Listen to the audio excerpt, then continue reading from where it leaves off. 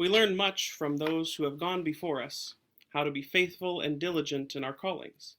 Today we commemorate John Donne, priest in 1631.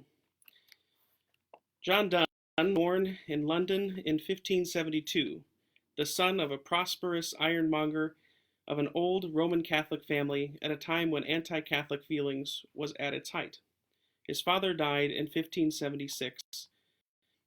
He was appointed royal chaplain and was entrusted with diplomatic correspondence on a mission to Germany. His fame as a preacher grew. From the pulpit seemed to release anew the creative energies that earlier had found expression in his poetry.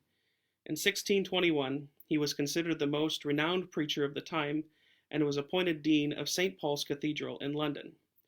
A serious illness in 1623, from which he nearly died, was the occasion for the composition of his devotions upon emergent occasions. He was able to return to a strenuous life of preaching, administration, and pastoral care. But in 1630 he was sick again, and on the first Friday in Lent, 1631, he preached what he knew was to be his last sermon, his funeral sermon. In March he had an artist sketch him in his shroud for his contemplation in his last days, and for a design for his funeral monument. He died March 31, 1631, and was buried in his church with a marble monument that survived the fire of 1666 and the bombing of 1941.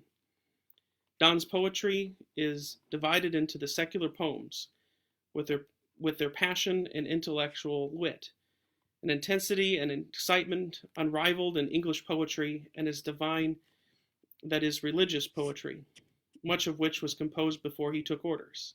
In his poetry, he's constantly preoccupied with the interrelationship of the spiritual and the physical, presenting a amorous experience in religious terms, and is presenting devotional experiences in erotic times. His religious prose, written after his ordination, shows the richness of his mind. In poetry and prose, he revealed an ability forcefully to touch the truth of experience with directness and honesty, and give to the dim intuition of his readers and his hearers a universal voice. He distinguished himself not so much as a theologian, but as a preacher. Peace be with you always, my friends.